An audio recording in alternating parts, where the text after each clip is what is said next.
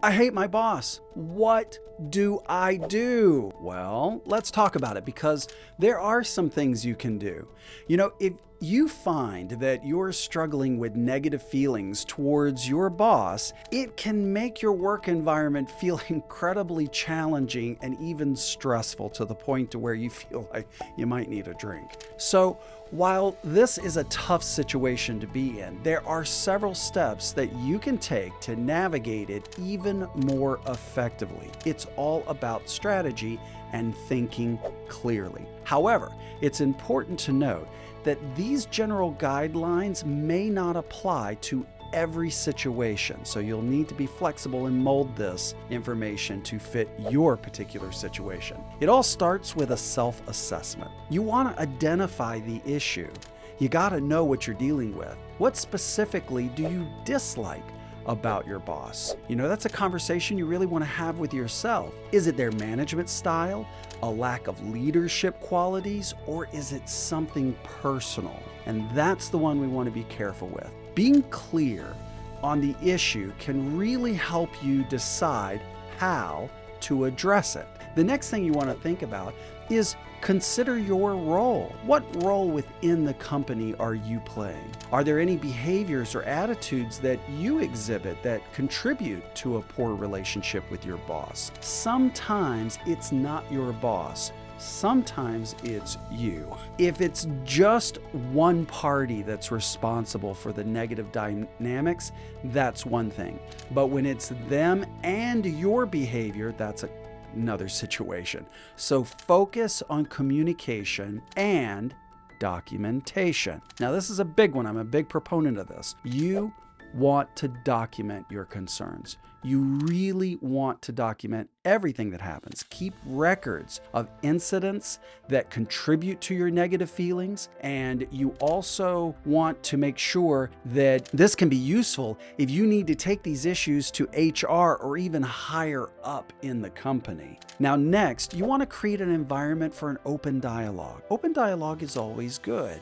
Depending on the issue and your workplace environment, you may consider having an open and honest conversation with your boss about your concerns. Sometimes your boss doesn't realize things from your perspective. However, assess the risk carefully before you do this, because anything you say can and will be used against you. Now, you might get to a situation where you need professional help and support. Sometimes that's the case, unfortunately. And in that case, you would consult HR. But remember, HR works for the company, not you. So if the relationship with your boss is affecting your mental well-being or your work performance, you might need to speak to human resources, especially if the issue relates to harassment, bullying, or any kind of misconduct. And the next thing that you'll want to do is you'll want to talk to a mentor or a colleague. Two heads are better than one when you're solving a problem, and sometimes speaking with someone else within the company can provide you with valuable insights on how to better manage your relationships with that idiot boss right there. Know what I mean? If you're seeking external support, there's a couple things you want to keep in mind. First of all, therapists, counselors, or career coaches can provide professional advice that's really tailored to your specific situation. Without knowing all the details of your situation, it's hard for someone to advise you specifically on what to do. And then you'll want to create some coping mechanisms.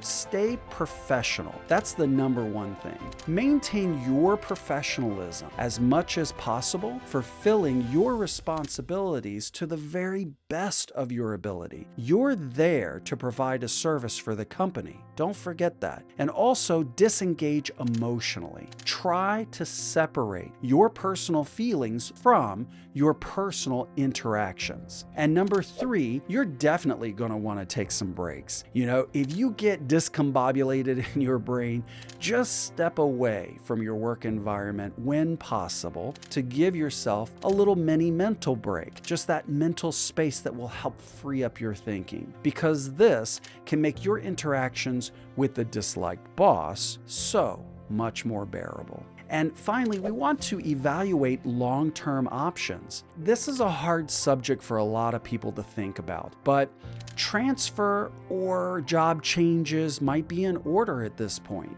Sometimes the only way to resolve an issue is to request a departmental transfer or seek new jobs altogether. That could be the only option.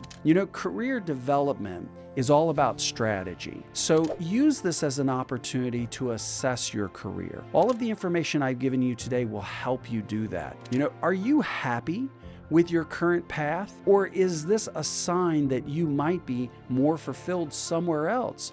Ask yourself these questions. Strong negative feelings within you towards your boss aren't detrimental to your work life. They can also impact your mental and physical health. So therefore, it's important to tackle the issues head on, whether through internal methods, professional help, or by making changes in your work situation. If you'd like more information about dealing with your idiot boss, simply reach out to me. My link is in the bio.